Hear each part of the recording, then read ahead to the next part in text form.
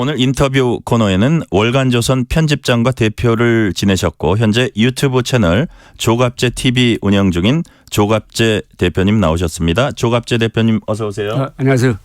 시간 내주셔서 감사드립니다. 정말요. 많이 아시겠지만 제가 잠시 소개해 드릴게요. 조갑재 선생님은 대한민국 대표적 보수 농객이시고 언론계 대선배입니다. 월간조선 편집장으로 이제 많이 알려졌습니다. 현역 기자 시절에 중요한 역사적 순간에 깊은 족적을 남겼습니다. 광주 민주화운동 때 회사에 휴가 내고 잠입 취재했다가 해직 당하셨습니다. 맞죠? 네. 네. 이후 심층 취재 선구자 역할을 했습니다. 제가 상당히 젊었을 때 꽤 오래전입니다. 내 무덤에 침을 뱉어라. 재밌게 읽었던 기억이 납니다. 자, 질문 드릴게요. 박정희 대통령에 대해서 긍정적인 시각을 갖게 된 게 보수 언론인, 보수 농객으로 전환이라 그럴까요? 이렇게 활동하게 된 계기가 됐습니까? 저는 박정희 대통령을 원래 비판적으로 봤던 사람입니다. 네네. 예. 그리고 박정희 대통령 시절에 제가 기사 때문에 해직이 함대했어요. 그러니까 해직을 2번 되신 거죠? 3번 됐어요. 3번이요? 그런데 말하자면 박정희 대통령이 발표한 포항에서 석유가 나왔다는 걸 제가 취재를 해보니까 이게 경제성이 없어요. 네. 그런데 그게 중앙정보부에서 시출을 했거든요. 네네. 그래서 정보부에 의해서 제가 쫓겨났어요. 아, 그러셨군요. 그런데 박 대통령에 대한 재평가를 하게 된 계기는 1980년대 중반에 네. 제가 국립묘지를 한번 갔습니다. 박 대통령이 잊혀진 상태로 있을 줄 알았는데 거기 갔더니 농촌에서 올라온 분들이 단체로 와서 참배를 하는 거예요. 네. 얼굴이 새까만 분들이 그분들 딱 인상을 마주 보고 있으니까 제가 감동을 했습니다. 진심입니까? 그분들이? 우리 지식인들이 생각하는 박 대통령과 그 농민들이 생각하는 박정희 대통령 배고픔으로부터 우리를 벗어나게 해준 분이 여기 잠들고 있다는 그때부터 제가 좀 생각이 바뀌면서 박 대통령 정기를 준비를 하게 됐죠. 네네. 자, 지금부터는 시계추를 다시 지금 현재로 돌려놓겠습니다. 윤석열 대통령은 보수 진영 지지를 받아서 선출된 대통령입니다. 그런데 조갑재 대표님은 윤 대통령 최후 진술을 강하게 비판했고 또 윤 대통령을 강하게 비판했습니다. 이유가 뭘까요? 우선 최후 진술만 말씀드린다면 전 이 헌재에서 어떤 결정이 나오더라도 승복하겠다. 그리고 나를 지지하는 사람들도 그렇게 해 주기를 바란다. 이런 말은 최소한에 들어가야 되는 것 아닙니까? 국민 통합 차원입니까? 그렇죠. 그게 빠졌고 그다음에 윤석열 대통령이 불을 지른 것과 마찬가지인데 부정선거 음모론이 있잖아요. 네. 부정선거 음모론을 믿는 사람이 우리 지금 유권자의 그러니까 어른이죠. 어른의 30%로 나옵니다. 1,500만 명이에요. 이런 사람들이 부정선거가 없었는데도 불구하고 윤석열 대통령이 부정선거가 있었다고 하니까 믿는 거예요. 지난 4월 총선은 공명하게 치러졌거든요. 공정한 선거를 부정선거라고 믿는 사람이 이렇게 많으면 앞으로 선거 어떻게 합니까?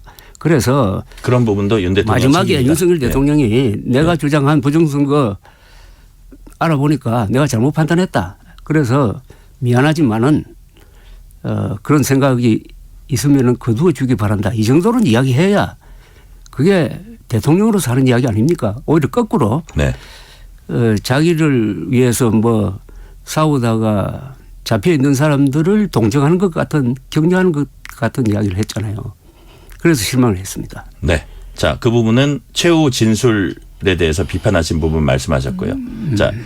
자, 윤 대통령 12.3 비상계엄 감행한 데 대해서 이제 비판을 해오셨고 근데 비상계엄 이전에 좀 약간 비판적인 시각도 갖고 계셨습니까? 저는 시시비비를 가리는 사람이니까요. 네. 잘하면 잘하고 못하면 못한다고 하지 저는 팬클럽 회원이 아니거든요. 네네. 그런데 3가지가 문제가 있었습니다. 우선 청와대 대통령실을 네. 2달 만에 네. 용산으로 이전하는데 그게 굉장한 민주적 절차가 지켜지지 않는 부분이 있었어요. 네. 그건 대통령이라고 해서 그렇게 못합니다. 대통령실은 한 국가의 중심인데 그걸 옮기는 것은 천도에 준하는 겁니다. 그런데 네. 어떻게 자기 기분대로 그렇게 합니까? 또 그 뒤에 얼마나 복잡한 문제가 발생했습니까? 그걸로 해가지고 오늘날 윤석열 대통령이 이런 처지에 놓인 것은 네. 청와대에 있었으면 난 이런 일이 없었을 거라고 생각합니다. 그렇게 보세요? 예. 그다음에 의료 대란으로 치달은 의과대학 정원 2,000명 늘리기. 네. 작년 2월 6일. 네. 그건 대실패거든요. 그건 과학적 근거도 없고 의사들과의 민주적 합의 절차도 없었어요. 그 결과로서 의사 2,000명을 매년 늘린다고 하더니 올해 전공의가 2,000명이 줄었습니다. 네. 제가 말 좀 전문의입니다. 전문의. 예. 전문의가 2,000명 준 거는 전공의가 이탈을 하니까 전문의 시험 칠 사람이 그러니까 2,000명 늘린다고 해놓고 의사를 2,000명을 줄여버렸어요. 네. 실패다. 그걸로 끝났습니까? 지금 의과대학이 다 마비 상태로 돌아가고 올해도 회복이 안 되잖아요. 그리고 초과 사망자라 그래가지고요. 네. 억울하게 제대로 치료받지 못하고 죽는 사람이 1년 단위로 한 6,000명으로 지금 추산이 됩니다. 네. 그런데 이 의료 대란을 밀어붙이다가 결국 지난 총선에 진 게 이것 때문에 진 거거든요. 네. 그런데 총선 끝나고 나서도 계속 수정 없이 밀어붙이다가 결국 비상계엄으로 갔다고 저는 그렇게 판단을 합니다. 네. 헌재는 3월 중에는 윤 대통령 탄핵 심판 결론 낼 걸로 이제 많이 관측들 네. 하는데요. 어떻게 전망하세요? 저는 8대 0으로 인용될 거라고 생각합니다. 즉 파면될 거라고 생각합니다. 네. 자, 조갑재 대표님께서는 최근에 한동훈 전 국민의힘 대표 만나셨죠? 예. 예. 어떤 조언을 해 주셨습니까? 조언이라기보다는 유익한 대화를 나눴는데 네네. 제 생각은 중요하지 않고 한동훈 대표는 네. 작년 12월 3일 네. 결정적인 순간에 신속하게 계엄령을 진압하는데 자신이 했던 역할에 대해서 상당한 자부심을 느끼고 네. 있었다고 생각했고 네네. 저도 같은 생각입니다. 한동훈 대표에 대해서 저는 특수부 검사 출신으로서 아주 좀 문제가 있다는 생각도 가지고 있었는데 네. 12월 3일의 결정적인 행동으로 해서 자신의 모자란 점을 상당 부분 덮었다고 생각합니다. 계엄 해제를 신속히 그 그렇죠. 행보한 거예요. 그건 아주 결정적인 장면이거든요. 네. 그때 역사가 한번 딱 꺾일 뻔한 순간이었어요. 네. 그때 한동훈 대표가 할 수 있는 선택은 세 가지가 있었습니다. 네. 하나는 여당 대표니까 당연히 대통령을 지지하는 겁니다. 네. 그러니까 계엄에 찬성하는 거죠. 네. 그렇게 했으면 지금 국민의힘이 어떤 처지에 놓여 있겠습니까? 두 번째는 추경호 당시 원내대표가 하자는 대로 거기 당사에서 옹기종기 모여가지고 텔레비전으로 구경하는 거죠. 네. 구경꾼이 되는 겁니다. 그러나 18명을 데리고 네. 탄핵에도 물론 계엄 해제. 찬성뿐만 네. 아니라 계엄 해제 결의에 네. 참여해가지고 국민의힘을 건진 것 아닙니까? 네. 그 18명이 없었으면 지금 국민의힘 입장이 좀 난처해지지 않았을까요? 네. 그래서 역사가 부여하는 그 사명을 신속하게 수행했다고 봅니다. 네. 행동이 굉장히 빨랐더라고요. 네네. 자, 한동훈의 순간이었다는 취지를 이제 말씀을 예, 하셨는데 자, 그럼 이런 질문을 드릴게요. 자, 만약에 이제 아까 8대 0 얘기도 하셨는데 그럼 조기 대선이 펼쳐진다는 말씀이신데 그렇죠. 그렇게 될 경우에 지금 보수에선 강성 지지층이 좀 득세하고 있는 상황이고 그렇죠. 그러다 보니까 여당도 그쪽 눈치를 본다 할까 그쪽 약간 구미에 맞게 이제 어떤 입장을 내놓고 있는데 그럼 만약에 조기 대선이 펼쳐졌을 때 2달의 아주 짧은 기간인데 그렇죠. 이게 뭐 모드 전환을 해서 한 전 대표 같은 분이 당심을 얻으면서 민심까지 전체 민심까지 얻을 수 있는 이 모멘텀을 가져올 수 있을까요? 그것은요. 3월 10일 전으로 예상되는 네. 이 결정이 어떤 영향을 여론에 미치느냐를 봐야 되는데요. 네네. 8대 0으로 되고 그 결정문이 네. 그동안 윤석열 대통령이 주장했던 여러 주장을 하나하나 다 반박하고 무력화시키는 결정문이 될 가능성이 많습니다. 네. 그렇게 되면은 이게 최종적인 문서입니다. 네. 여기에 대해서는 누구도 이론을 제기할 수 없고 승복할 수밖에 없어요. 네네. 그러니까 그 문서가 가지는 결정문이 가지는 굉장한 설득력이 있을 겁니다. 그렇다면은 지금 여론과 달라질 수도 있다고 생각을 합니다. 그래서 국민의힘 내부는 지금도 보면은 대선 후보로 거론되고 있는 사람 중에서 네. 윤석열 지지하는 사람과 계엄에 반대하는 사람, 탄핵에 찬성하는 사람 이렇게 나눠져 있지 않습니까? 네네. 나눠져가 있는데 상황이 바뀔 것이다. 그게 바뀔 수가 있고 네. 바뀌어야 조기 대선에서 이길 근거가 생기는 거 아니겠습니까? 그 중에 유력한 사람이 한동훈이다 이렇게 보시는 거예요. 꼭 굳이 한동훈뿐만 아니라 오세훈 시장도 네. 계엄에 반대하고 탄핵에 찬성하죠. 네네. 그리고 안철수 의원도 뭐 마찬가지고. 안철수, 유승민 이런 분들이 있죠. 마찬가지고 또 예. 바깥에 있는 이준석 네네. 마찬가지고. 네네. 그래서 경선 과정을 통해서 이런 노선 투쟁이 좀 일어날 것 같아요. 네네. 저는 이 노선 투쟁이 굉장히 의미가 있다고 생각합니다. 아, 그래요. 저 노선 투쟁의 핵심은 네. 계엄을 찬성할 것이냐 반대할 것이냐. 그 말은 헌법을 수호하는 입장이냐 아니면 헌법을 파괴하는 입장이냐 이렇게 갈릴 수가 있어요. 예. 모든 기준은 헌법입니다. 네. 아니, 보수가 제일 중요한 게 헌법 수호 세력 아닙니까? 네네. 그렇다면 만약에 조기 대선이 펼쳐진다면 그 부분이 초점이 될 것이다. 이제 저쪽 야당과 이쪽 여당 후보가 싸우게 된다면 그 부분에 초점을 맞춰서 싸울 수밖에 없을 것이다 보시는 거네요. 그래서 이게 헌재에서 결정이 나온 뒤에도 네. 계속 윤석열 대통령 지지로 가면은 조기 대선은 어떻게 되느냐 하면은 또 계엄이 주제가 됩니다. 그죠? 네네. 계엄 찬성한 사람하고 계엄에 반대한 사람이 나눠지자 이러면은 어느 쪽이 이기겠습니까? 그래서 대선에서 주제를 뭘 만들 거냐. 네.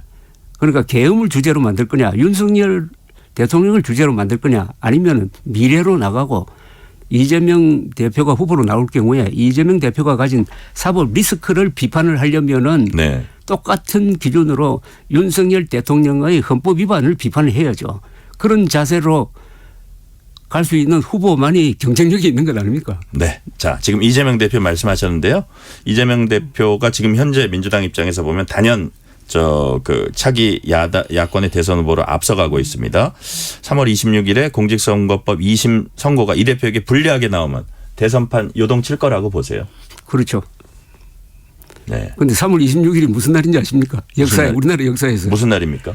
1910년 3월 26일에 안중근 의사가 순국한 날입니다. 그리고 그렇군요. 2010년 3월 26일 예. 천안함 폭침 비슷한 날입니다. 아, 그래요. 그 아주 상징적인 날인데 네. 그날 뭐 대체적인 예상은 공직선거법 위반해서 네. 뭐 1심에서 집행유예 2년 했으니까 그 정도로 나오면 그게 당선 무효형 아닙니까? 그죠? 네네. 그다음에 대법원 판결이 언제 나오느냐가 문제인데 이것은 그 순간이 또 어떤 순간이냐면 아마 각 진영에서 경선이 이루어지고 있을 시점 아니겠습니까?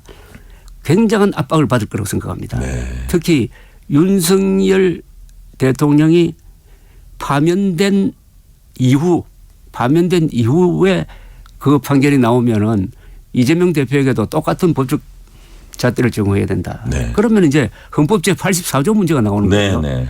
대통령이 되고 나서 재판이 진행되느냐 네네. 중단되느냐에 대한 법적 쟁점이 생기는데 네네. 이와 관련해 가지고 작년 국정감사 때 헌법재판소의 사무처장이 나와 가지고 네네. 국회에서 답변하면서 자기는 재판이 진행된다고 이렇게 이야기를 했어요. 네네. 그걸 공식적인 답변이라고 보시는 거예요.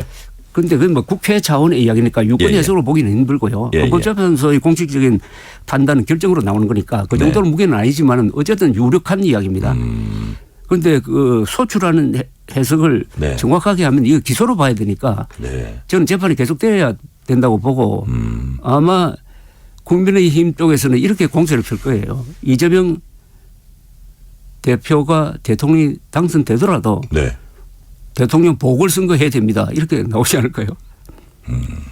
자, 그거는 충분히 앞으로도 이제 논란이 되고 어떻게 당장 정리가 될 것 같지는 않은데 자, 이재명 대표 얘기 조금만 더 여쭤볼게요. 이재명 대표가 우클릭 행보 본격화하고 있습니다. 일찌감치 대선 행보에 나섰다는 평가가 나오는데 자, 보수에서 강성 지지층 목소리가 커진다 싶으니까 지금 민주당 측에서는 이런 사람들을 극우로 지금 규정을 하고 있습니다. 극우로 규정을 해서 자, 어떤 일간지 만평에도 나왔던데 중간에 서 있던 국민의힘을 오른쪽으로 툭툭 밀어내고 그 가운데 자리를 민주당이 차지하겠다 이런 속내를 드러낸 게 아니냐.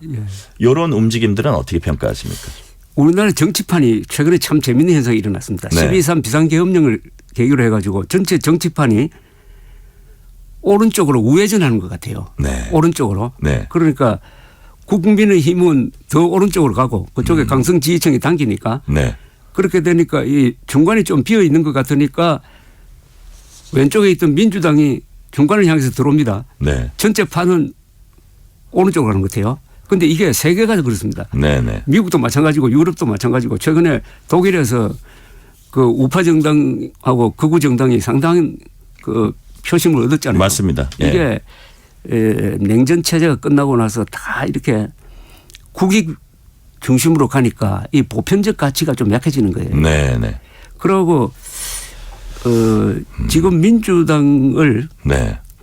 총북 정당이라고 보는 사람들이 뭐 대통령 비롯해서 많아요. 네. 요 앞에 저는 지금 민주당이 아니라 그러니까 문재인 정권이었지. 네. 그런데 이게 한때 거기에 대한 책도 2019년인가 20년에 써내셨어요. 예. 한때 말이죠. 예. 김대중 대통령도 그렇게 이야기했습니다. 보수 정당이라고 그랬어요. 네. 자신들을. 네네. 자신들을 좌파라고 부르지 않았습니다. 그런데 공공연하게 좌파로 부른 사람은 노무현 대통령이 최초입니다. 네.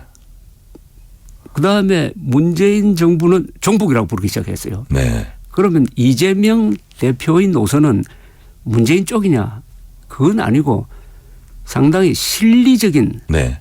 좌파라도 실리적인 면이 있는 것 같아요. 네네. 그래서 중도 보수로 이렇게 도는데 그렇게 많은 거부감을 주지 않는 것 같습니다. 네네. 이게 먹히고 있어요. 그런데 이쪽에 국민의힘이 하나 잘못하고 있는 게 예. 이재명 씨의 보수 중도 전략을 비판만 하지. 네. 먼저 여당으로서 정책적 이니셔티브를 내지 못한다. 이니셔티브를 내지 못하니까 네. 화두를 그냥 만들어 준 거예요. 네. 비판하면 그게 화두가 되고 그러면 그 화두를 만든 사람이 유리해지거든요. 네네. 그리고 이 지금 민주당의 뿌리를 해방 공간으로 거슬러 올라가면 그 뿌리가 한민당입니다. 네. 한민당은 보수 정당이었어요. 맞습니다. 예. 예. 보수 정당으로서 이승만 대통령을 지원해 가지고 건국하는데 큰 공을 세웠다고요. 네네. 그러다가 이승만 대통령하고 싸워가지고 야당이 되고 이승만 대통령은 자유당을 만들고 하는. 네. 그러니까 어떻게 보면 자기 뿌리를 지금 찾아가는 건지 모르겠는데 네. 이게 아주 재미있는 현상이 지금 벌어지고 있습니다. 여하튼 여당도 제대로 대응을 해야 된다. 예. 이렇게 자꾸 판을 깔아주고 이니셔티브 뭐 꼭 방어적으로만 나가선 되겠느냐 하는 취지로 제가 읽히고요. 그래서 지금 뭐 전체적으로 오른쪽으로 많은 정당들이 세계적으로도 가고 있다. 그렇기 때문에 지금 대한민국에도 진짜 보수와 진짜 진보가 있기는 한지 헷갈린다. 정치공학만 남은 게 아니냐 이런 한숨도 나오거든요. 자, 그렇다면 그 우리 대한민국 대표적인 보수 논객으로서 언론인으로서 대한민국 보수가 일종의 위기라고도 할 수 있는데 어떤 해법은 어느 방향으로 나가야 됩니까? 최근에 가장 큰 위기는 윤석열 때문입니다. 윤석열 대통령은 보수의 파괴자입니다. 보수가 가지고 있는 모든 가치를 이번 계엄 선포를 통해서 다 부숴버렸습니다. 보수는 간단합니다. 헌법 수호 세력입니다. 그리고 사실과 법과 자유를 3대 가치로 여기는 게 보수입니다. 그런데 네. 윤석열 대통령은 계엄령을 통해서 법을 무시했고요. 그다음에 있지도 않는 부정선거가 있다고 주장함으로써 사실을 부정을 했습니다. 그리고 보수는 좋은 제도를 만드는 사람들입니다. 네. 좋은 제도. 네네. 제도가 있어야 문명이 존속할 수 있는 것 아닙니까? 네네. 그런데 윤석열 대통령은 제도 3개를 지금 뒤흔들고 말았습니다. 첫째, 선거제도. 가장 공정한 선거를 하는 걸로 세계적으로 유명한 대한민국의 선관위를 부정선거 소굴로 만든 거 아닙니까? 이런 억울할 일이 어디 있습니까? 그리고 세계 최고의 의료 수준을 자랑하는 이 의료 시스템을 뒤흔들어 버린 것 아닙니까? 그리고 군대. 이번에 이건 뭐 병정놀이 하는 것도 아니고 아니 대국민 호소하는데 왜 군대를 씁니까? 아니 군대가 장난감입니까? 아니 야당을 겁주는데 또는 국민에게 호소하는데 군대를 쓰라고 헌법에 적혀 있느냐 이야기입니다. 그럼 계엄령 조항을 바꿔가지고 앞으로 대통령은 전시, 사변 또는 이에 준하는 비상사태 이외에 국민들에게 특별한 사안을 호소할 때는 계엄령을 펼 수 있다고 헌법을 개정해야 될 것 아닙니까? 그래서 군대와 의료와 선거제도를 네. 한꺼번에 이렇게 뒤흔든 대통령은 일찍이 없었습니다. 그래서 우리 보수는 윤석열 대통령과 헤어질 결심을 해야 됩니다. 그러지 않으면은 재생할 수가 없어요. 재생할. 헤어질 결심을 해야 된다. 그렇게 해야 다시 살아날 수 있다 이런 말씀이십니까? 한국 보수는 이승만, 박정희 대통령을 배출하고 그 뒤에 전두환, 노태우, 김영삼 이쪽으로 이어지는 네. 이 문명 건설의 주인공이었습니다. 지난 77년 동안. 네. 그래서 저는 보수의 역할을 영어로 이렇게 표현합니다. The greatest story ever told. 세계에서 가장 감동적인 문명 건설의 주인공이었습니다. 네. 문명 건설이라는 것은 제도를 만들어가는 사람들입니다. 좋은 제도를. 그런데 이 좋은 제도를 만들 때 시간이 필요하잖아요. 네. 그게 여러 가지 실수도 있었습니다. 헌법이라는 제도, 의료라는 제도, 국방이라는 제도, 그다음에 선거관리라는 제도.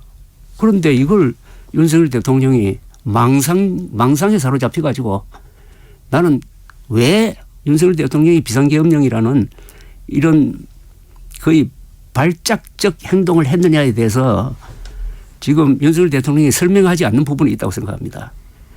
어쨌든 이런 억울할 일이 있습니까? 그런데 어떻게 보수라는 사람이 이런 윤석열 대통령을 지지해 가지고 팬클럽처럼 잘못하는 것까지 다 잘한다고 이렇게 따라다닐 수가 있느냐 이거죠. 이런 부분은 매우 잘못됐다고 말씀이시고요. 자, 우리나라 정치 현실은 정치 양극화를 넘어서 극단의 정치 투쟁 양상을 보인다는 지적이 있습니다. 그래서 개헌이 필요하다는 데는 폭넓은 공감대가 있는 것 같은데 개헌이 필요하다고 보세요. 예, 이번 비상계엄 선포의 가장 큰 교훈은 네. 지금 대통령 중심제는 네. 대통령이 사고 치는 것을 막을 수 없다는 겁니다. 동시에 대통령을 사고 치도록 그렇게 자극한 이 이른바 거대 야당의 횡포를 막을 장치가 없다는 겁니다. 네. 우리 헌법 안에. 그래서 어떻게 할 거냐. 저는 제 개인적으로 내각제로 가는 게 맞다고 생각합니다. 네. 그다음에는 이원 집정제라고 해가지고 대통령은 국방 외교 그리고 총리는 내치를 담당하는 네. 그 프랑스식. 또 요새 많이 거론되는 게 뭐 대통령 중임제더라고요. 네네. 대통령 중임제로는 문제가 해결이 안 되는데 다만 대통령 중임제를 하면서 몇 가지 제도적 장치를 넣을 필요가 있어요. 네네. 첫째는 부통령제를 둬야 됩니다. 네. 그리고 탄핵 소추를 하면은 직무정지가 되는 걸 그걸 없애야 됩니다. 네. 또 대통령도 국회를 해산할 수 있는 권한을 부여해 가지고 국회의 독주를 체크할 수 있는 그런 밸런스를 네. 맞춰주는 이런 몇 개가 있을 것 같은데 네. 이거는 이번 시점이 또 중요하잖아요. 그래서 개헌의 시점. 지금 어떻게 보면 찬스일 수도 있어요. 네. 그런데 이게 헌법 개정이라는 게 여야가 합의 안 하면 안 되잖아요. 그죠? 네네. 그런데 제일 중요한 이 가장 가능성이 많다고 보는 이재명 대표가 반대예요. 지금 현재는 예. 미지근한 태도를 네. 취하는 걸 어떻게 극복할 수 있느냐 네. 하는 거죠.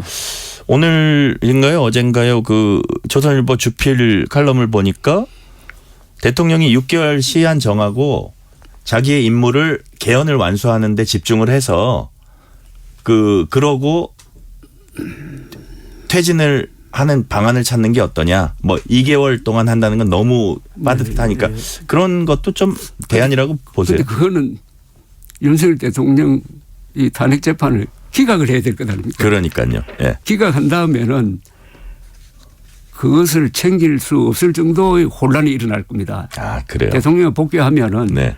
우선 이렇게 국군을 망가뜨린 사람이 국군 통수권자로서 기능할 수 있느냐부터 문제가 생기고요. 네. 그다음에 거대 야당이라고 그렇게 거대 야당의 횡포를 반국가 세력의 준동이라고 한 사람이 그 거대 야당의 협조를 받아가지고 개헌할 수 없잖아요. 현실성이 떨어진다. 그러니까. 네.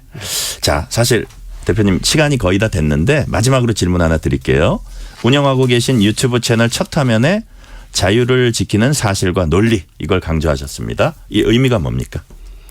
저는 세상 만사에서 제일 중요한 것은 사실이라고 생각을 합니다. 네. 기자는 사실관계를 분명하게 해주는 것 아닙니까? 네네. 그래서 기자가 사실과 거짓말을 잘 구별해 가지고 이게 사실이고 이게 거짓말이라고 하면은 그다음에 그걸 기준으로 해가지고 정책을 세우고 네. 시비를 가리는 것은 저절로 되는 겁니다. 그런데 기자들이 그 역할을 안 해주기 때문에 지금 부정선거 음모론이 횡행하고 있거든요. 네. 그래서 팩트 파인딩 스페셜리스트로서 기자가 임무를 다 해야 되겠다. 그러면 거기서 논리가 생기는 거고 네. 실사구시가 그런 거 아닙니까? 실사구시는 실은 현실이고 사는 사실이고 현실과 사실에 기초해가지고 옳은 방향을 찾는 자세를 네. 동양에서는 실사구시라고 했습니다. 그래서 저는 실사구시를 믿고요. 네. 그러려면 기자들이 제 역할을 해야 됩니다. 네. 오늘 말씀은 여기까지 듣겠습니다. 지금까지 조갑재 TV 대표였습니다. 말씀 감사합니다. 고맙습니다.